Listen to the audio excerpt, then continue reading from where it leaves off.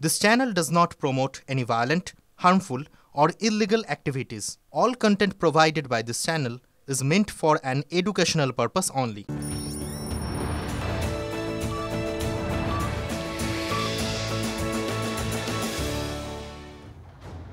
বিকেল ৫টা শুরু করছি পাঁচ কথা। আর পাঁচ কথা মানেই হচ্ছে এখনো পর্যন্ত যা যা ঘটে গেছে তার মধ্যে থেকে ঝাড়াই বাছাই করে সেরা খবর আর তার চুলচেরা বিশ্লেষণ। এই মুহূর্তে পাঁচ কথায় কোন কোন খবরের দিকে আমাদের নজর রয়েছে। প্রথমেই বিগ বলে আপনাদের দেখাই আজকে পাঁচ কথার প্রধান দুটো ইস্যু। প্রথম ইস্যু, পাঁচ কথার প্রথম ইস্যু, বঙ্গ রাজনীতিতে নিউ টাউনের তৃতীয় সূত্র। কেন এই কথা বলছি, পাঁচ কথায় বিস্তারিত দেখাবো। ইস্যু ২, ইগনোরের পাল্টা ভবানীপুরে হারাবো, দেখাবো আপনাদের অবশ্যই পাঁচ কথায়। পাঁচ কথার শুরুতেই আবহাওয়ার কথা বলবো, কারণ হাওয়া কিন্তু খুব খারাপ হাওয়া। দোল আসছে, প্রবল গরমও আসছে। মার্চেই তাপপ্রবাহের কবলে পড়তে চলেছে বাংলা। রবিবার দক্ষিণবঙ্গের ৪ জেলা, পশ্চিম মেদিনীপুর, পশ্চিম বর্ধমান, বীরভূম, বাঁকুড়ায় তাপপ্রবাহের সতর্কতা জারি। রবিবারই এই ৪ জেলায় সর্বোচ্চ তাপমাত্রা ৪০ ডিগ্রি ছুঁয়ে ফেলতে পারে। দোলেই শুকনো গরম হাওয়া বইবে। রং খেলার সময় তাই অত্যন্ত সাবধান। বঙ্গে তাপপ্রবাহ, তবে সে আসার আগেই বাংলার রাজনীতি তপ্ত বলয়ে ঢুকে পড়ল। উত্তপ্ত আজ বিধানসভা, ভিতরে বাইরে সমান উত্তাপ। বিতর্কের কেন্দ্রে বিরোধী দলনেতা শুভেন্দু অধিকারীর একটি মন্তব্য। বলেছিলেন চ্যাংদোলা করে রাস্তায় ফেলবো। তারপর বঙ্গ রাজনীতিতে হাজির স্যার আইজ্যাক নিউটন। ভাবছেন কিভাবে, সেটাই দেখাবো। এবার প্রত্যেক ক্রিয়ার সমান এবং বিপরীত প্রতিক্রিয়া আছে, আমরা বলছি না, বলছেন বিরোধী দলনেতা স্বয়ং। বিরোধী দলনেতা শুভেন্দু অধিকারীর একটি মন্তব্য এবং সেই মন্তব্য ঘিরে উত্তাল রাজ্য রাজনীতি। মঙ্গলবার বিধানসভার বাইরে দাঁড়িয়ে শুভেন্দু বলেন, বিমান ব্যানার্জিকে, মমতা ব্যানার্জিকে হারাবো, আর ওদের দলের যে কটা মুসলমান এমএলএ জিতে আসবে, বিজেপি সরকারে আসবে, চ্যাংদোলা করে তুলে রাস্তায় ফেলবো। এই রাস্তায় ফেলবো। মঙ্গলে উষা, বুধে পা। বুধবার বঙ্গ রাজনীতির হাওয়া আরো গরম। বিরোধী দলনেতাকে ৭২ ঘন্টার ডেডলাইন দিয়ে ভরতপুরের তৃণমূল বিধায়ক হুমায়ুন কবিরের হুঁশিয়ারি।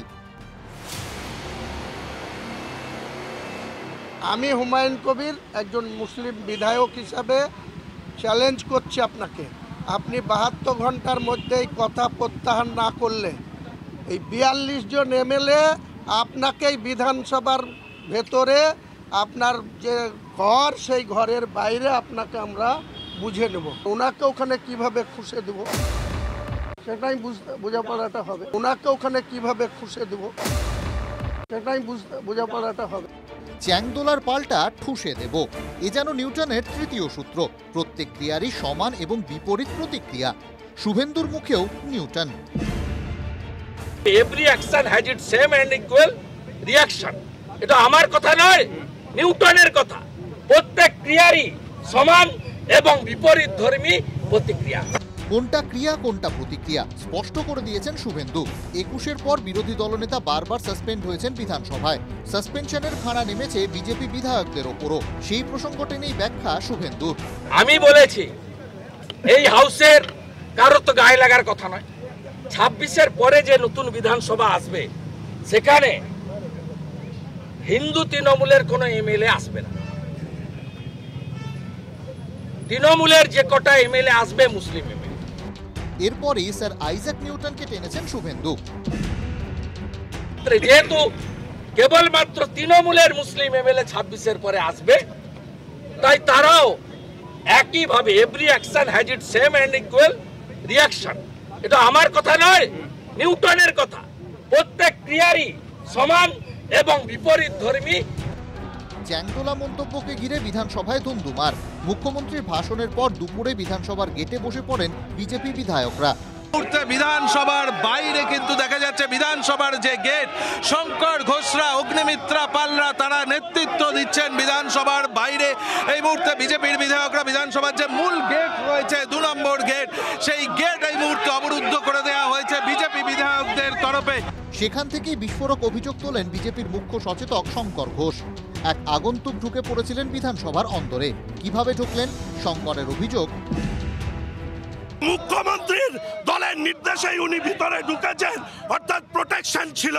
আমাদের ভয় যে বিরোধী দলনেতাকে বিধানসভার ভেতরে খুন করা হতে পারে এই পরিকল্পনা তৃণমূল কংগ্রেসের সরকার করছে। তার জন্য আজকে ট্রায়াল হিসাবে কালো জামা পরিয়ে আমাদের মতন একজন ব্যক্তিকে বিধানসভার ভেতরে প্রবেশ করানো হয়েছে। হুমায়ুন কবিরের হুঁশিয়ারি টেনেই জবাব দিয়েছেন শুভেন্দু। একটু আগে তো হুমায়ুন কবির বলেছে 72 ঘন্টার মধ্যে যদি ক্ষমা না চাই, উনি উনার 42 জন মুসলিম এমএলএ কে নিয়ে আমার উপরে আক্রমণ করবে। যে ইনসাইড দ্য প্রিমিসেস একটা যদি কেশাগ্র স্পর্শ করে কেউ, রেসপন্সিবিলিটি গোজ টু বিমান ব্যানার্জি এন্ড মমতা ব্যানার্জি। আমি ভয় পাই না, আমি এখনই একা হাঁটতে হাঁটতে যাব, সাহস থাকলে ছুঁয়ে দেখো। এই বিতর্ক থিতিয়ে পড়ার আগেই রাজ্যের মন্ত্রী সিদ্দিকুল্লাহ চৌধুরীর হুঁশিয়ারি হাজির। চ্যাংদোলা ঠুসে দেওয়ার পর পা ভেঙে দেওয়ার হুঁশিয়ারি। সিদ্দিকুল্লাহর নিশানায় শুভেন্দুই। তার আগে তার ঠ্যাংটাকে ভেঙে দেবে কেন, সেটাই রেখে শুভেন্দু কেন কেন এরকম কথা সহ্য করবে কে?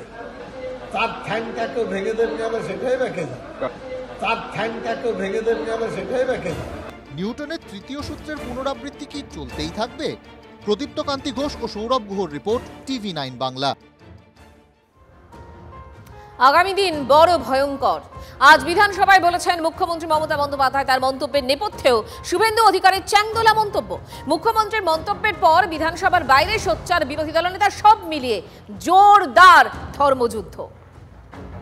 ওদের দলের যে কটা মুসলমান এমএলএ জিতে আসবে, বিজেপি সরকারে আসবে, চ্যাংদোলা করে তুলে রাস্তায় ফেলবো। বিধানসভার বাইরে বিরোধী দলনেতার মন্তব্য ঘিরে উত্তপ্ত বিধানসভার অন্দর। তৃণমূল বিধায়ক গোলাম রব্বানী বিষয়টি উত্থাপন করতেই হই হল্লা শুরু করে দেন বিজেপি বিধায়করা। শুভেন্দুর মন্তব্যের প্রতিবাদ করে বিজেপিকে নিশানা করে মুখ্যমন্ত্রী মমতা বন্দ্যোপাধ্যায় বলেন, চেয়ারে বসে দেশ ভেঙে দেওয়া কাম্য নয়, আপনারা ধর্মীয় কার্ড খেলেন। কোনো জাতি, ধর্ম ও জনজাতিকে আক্রমণ করা উচিত নয়। সঙ্গে সঙ্গে প্রতিবাদ ভেসে আসে বিরোধী শিবির থেকে।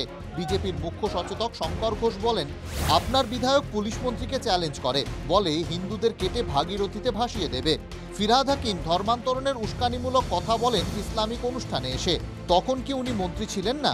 ফিরহাদ হাকিম, সিদ্দিকুল্লাহ চৌধুরী, হুমায়ুন কবির প্রতিদিন হিন্দুদের আক্রমণ করে চলেছেন, তাদের বেলা কি হবে?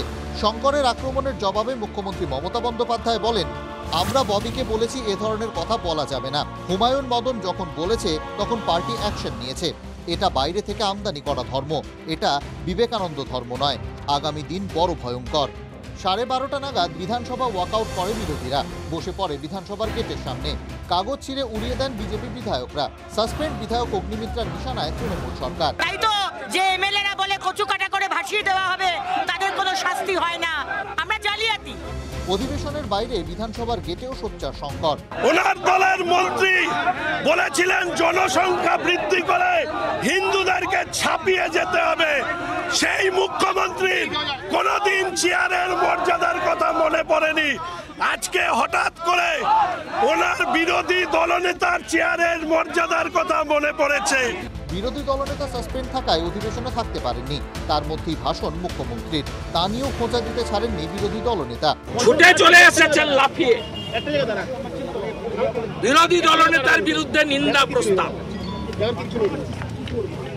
বিরাট, আপনি বাড়ি থেকে ছুটতে ছুটতে চলে এসেছেন, চুপি চুপি, প্রশ্ন উত্তরে থাকেন না। যে কথা আমি বারবার বলি, উনি ফাঁকা মাঠে খেলতে চান। সাসপেন্ড করে তিনি তার ভোট ব্যাংক অর্থাৎ সংখ্যালঘুদেরকে তুষ্ট করবার জন্য আজকে এখানে এসেছেন। বিধানসভা অধিবেশনে মুখ্যমন্ত্রী বলেছেন, কাক এখন ময়ূর হওয়ার চেষ্টা করছে। হিন্দু ধর্ম রক্ষা করা আমাদের কর্তব্য। ধর্মের নামে কোনো জালিয়াতি করবেন না। সংখ্যালঘুরা নিশ্চিন্তে থাকুন। মুখ্যমন্ত্রীর এই মন্তব্য নিয়েও পাল্টা নিশানা করেছেন বিরোধী দলনেতা। টেনে এনেছেন মৃত্যুকুম্ভ প্রসঙ্গ। মৃত্যুকুম্ভ বলেছেন, আপনি আগে গলায় গামছা দিয়ে ক্ষমা চান হিন্দু সমাজের কাছে, তারপরে শুভেন্দু অধিকারীর প্রতি আঙুল তুলবেন। আপনার পুলিশ, হোলি দল সব থানাতে মিটিং করে বলছে যে স্পেশাল ডে শুক্রবার 11টার আগে হোলি দল বন্ধক শেষ করবেন, বিধানসভায় ধর্মযুদ্ধ আক্ষরিক অর্থেই। প্রদীপ্ত কান্তি ঘোষ ও সৌরভ গুহর রিপোর্ট, TV9 বাংলা। যত কাণ্ড আজ বিধানসভায়। মুখ্যমন্ত্রী বিধানসভায় ছিলেন, কিন্তু সাসপেনশন থাকায় বিরোধী দলনেতা বিধানসভায় ছিলেন না, তাই মুখোমুখি হওয়ার সুযোগ ছিল না। কিন্তু মমতা শুভেন্দু বাগযুদ্ধ তো চরমে। মুখ্যমন্ত্রী বলেছেন ইটস বেটার টু ইগনোর হিম। ও আগে কংগ্রেস করত, কংগ্রেস এ ভবিষ্যতে নেই বলে তৃণমূলে আসে, তৃণমূলকে ঘেঁটে দিয়ে বিজেপির সঙ্গে যোগাযোগ করেছিল, আর এবার আবার রিকোয়েস্ট এলো বলে অন্য দলে যাওয়ার। সঙ্গে মমতা বন্দ্যোপাধ্যায় এও বলেছেন এখন শুনছি দলের সভাপতি হওয়ার জন্য দরবার করছেন। হে ভগবান, দলের সভাপতি হওয়ার জন্য আবার দরবার করতে হয়? পাল্টা শুভেন্দু বলেছেন ভবানীপুরে হারাবো।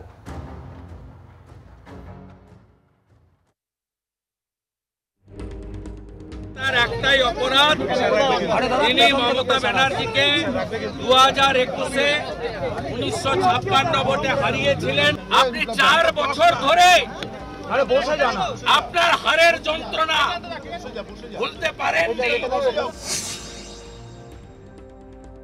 আপনাকে ভবানীপুরে হারাবো, আরো 5 বছর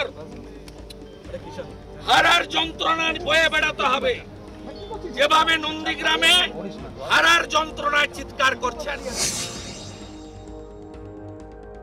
আপনার বিসর্জন হবে বাংলার জনগণের জাগরণ, মমতার বিসর্জন, এটাই একমাত্র সমাধান। আপনার অবস্থা অরবিন্দ কেজরিওয়ালের মতো হবে, আপনি নিশ্চিন্ত থাকুন। পরিবারের লোক ব্রিটিশের জেলে ছিল, ও কোথায় ছিল? কে চেনে ওকে? ও জীবনে মুখ্যমন্ত্রী হতো না নন্দীগ্রাম না হলে। টাটাকে তাড়িয়েছে। আপনাকে ইগনোর করতে বলছেন, ইগনোর হিম। হ্যাঁ, উনি ইগনোর করলে আমি বেঁচে যাই। ওনাকে ভবানীপুরে হারানোটা সহজ হয়। আমি ভবানীপুরে 1 কাপ চা খেয়েছিলাম, তাতেই উনি সন্ধ্যাবেলা 8টা কাউন্সিলরকে ডেকে কাল থেকেই নেমে পড়, এখানে কিন্তু গুজরাটি, মারোয়াড়ি, হিন্দি ভাষী, বাঙালি, হিন্দু, শিখরা সব আমার বিরুদ্ধে। রাজ্য সভাপতি কাকে করবে বিজেপি ঠিক করে, কিন্তু মুখ্যমন্ত্রী কখনো রাজ্য সভাপতি হয় না, বিরোধী দলনেতা কখনো রাজ্য সভাপতি হয় না। শুভেন্দু অধিকারী কি বললেন? বললেন ভবানীপুরে হারাবো। মমতা বন্দ্যোপাধ্যায়কে চ্যালেঞ্জ করলেন শুভেন্দু অধিকারী। কি বলছেন বিজেপির রাজ্য সভাপতি? আবার কি ডুয়েল দেখার সুযোগ থাকছে নাকি? শুভেন্দু বাবু যদি ভবানীপুরে আমাদের কাছে প্রস্তাব দেন দলের কাছে যে মমতা বন্দ্যোপাধ্যায়ের বিরুদ্ধে দাঁড়াবেন উনি, আমরা অবশ্যই সেই প্রস্তাবকে সাদরে গ্রহণ করব। এবং এটা আমারও বিশ্বাস যে শুভেন্দু বাবু যদি মমতা বন্দ্যোপাধ্যায়ের বিরুদ্ধে ভবানীপুরে দাঁড়ান, তাহলে অবশ্যই মমতা বন্দ্যোপাধ্যায় শুভেন্দু বাবুর কাছে পরাজিত হবে। আজ সারাদিন ধরে যখন এত ডামারোল চলছে, তখন শাসক দলের কি বক্তব্য? দোলা সেনের বক্তব্য শুনুন। যত উত্তর দেবো ওর তত ল্যাজ মোটা হবে, ওর অত গুরুত্ব আসলে নেই। আর দ্বিতীয় একটা কথা বলবো যে ওর মাথাটা সত্যি একটু খারাপ হয়ে আছে, ও একটু ডিসব্যালেন্স অবস্থায় আছে। তার কারণ ও বাংলা জন্য বিজেপির থেকে অনেক কিছু দায়িত্ব পেয়েছিল, সব ব্যাপারে ফেল করেছে, সব ব্যাপারে ফেলিওর, ফলে ওর চাকরি নিয়ে টানাটানি। ওর কিন্তু খুব ভালো অবস্থা নেই, সেই জন্য একটু আনস্টেবল হয়ে আছে। ও মাথা গন্ডগোল করে উল্টো পাল্টা অনেক বকছে, ওর কথার অত উত্তর দিতে হবে না, ও আগে মানসিক সুস্থিরতায় আসুক। খাস কলকাতায় আবার হারহিম হত্যাকাণ্ড। ধারের 8 লক্ষ টাকা না পাওয়ায় গিরিশ পার্কে রাজস্থানের ব্যবসায়ী খুন। মধ্যমগ্রামের প্রৌঢ়া খুনের মতো ট্রলিতে দেহ ভরে লোপাটের চেষ্টা।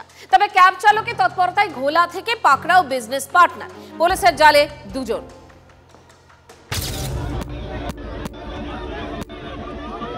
দিন 5 আগে মধ্যগ্রামে প্রৌঢ়াকে খুন করে ট্রলিতে ভরে ভ্যানে তুলে নিয়ে যাওয়ার সিসিটিভি ফুটেজ দেখে চমকে উঠেছিলেন সবাই। পিসি শাশুড়িকে কি নৃশংসভাবে খুন করেছিলেন মা ও মেয়ে। কলকাতায় ফের নৃশংস হত্যা, ফের ট্রলিবন্দি দেহ। এবার উত্তর কলকাতার গিরিশ পার্ক এলাকায় ব্যবসায়ীকে খুন করে ট্রলি ব্যাগে তার দেহ ভরে প্রমাণ লোপাটের চেষ্টা। পরিকল্পনা করে রাজস্থানের ব্যবসায়ীকে খুন করে বিজনেস পার্টনার। নিহত ব্যবসায়ীর নাম ভাগারাম সিং। পুলিশ সূত্রে খবর, ভাগারাম বড় বাজারে কাপড়ের ব্যবসা করতেন। তিনি থাকতেন গিরিশ পার্ক এলাকায়। ব্যবসায়িক সূত্রে তার পরিচয় কৃষ্ণরাম এবং করণ সিং এর সঙ্গে। পুলিশি তদন্তে উঠে এসেছে অভিযুক্তদের কাছ থেকে প্রায় 8 লক্ষ টাকা নিয়েছিলেন ভাগারাম, কিন্তু ওই টাকা ফেরত দিতে তিনি টালবাহানা করছিলেন। তারই হেস্তনেস্ত করতে ভাগারামকে খুনের পরিকল্পনা করে কৃষ্ণরাম ও করণ। কফিতে বিষ মিশিয়ে ভাগারামকে খাওয়ায় তারা। ভাগারাম কফি খেয়ে অচৈতন্য হয়ে গেলে মুখে ব্রাউন টেপ জড়িয়ে শ্বাসরোধ করা হয়। টেপ জড়িয়ে পিচ মোড়া করে বাঁধা হয় ব্যবসায়ীর হাত। মৃত্যু নিশ্চিত করতে কাটা হয় গলার নলি। প্রমাণ লোপাটে খুনের পর বদলানো হয় ব্যবসায়ীর পোশাকও। এরপর নীল রঙের একটি ট্রলি ব্যাগে ভাগারামের দেহ ভরে প্রথমে অভিযুক্তরা চলে যায় দমদম নাগের বাজার এলাকায়। ঠিক এইখান থেকে সেই অ্যাপ ক্যাপে তোলা হয়, অর্থাৎ ট্রলিটি এই অ্যাপ ক্যাপে তোলা হয়। আর তা সিসিটিভি যে ফুটেজ আছে সেখানে কিন্তু পরিষ্কার স্পষ্টভাবে দেখা যাচ্ছে। রাত 9টা নাগাদ অ্যাপ ক্যাব ভাড়া করে দেহ তুলে নদিয়ার দিকে পাড়ি দেয় তারা। খুনিদের পরিকল্পনা ছিল কল্যাণী এক্সপ্রেসওয়ের কাছে কোনো একটি নির্জন জায়গায় ট্রলিটি ফেলে পালিয়ে যাওয়ার। গাড়িটা নাগের বাজার থেকে বুকিং করা হয়েছিল। কজন ছিল? 2টা ছিল। লোকেশনে গেছি, ওরা মালটা ডিকিতে যেমন আমরা কাস্টমার টানি, ডিক্কি খুলে দিলাম, তুললোরা 2 জনে।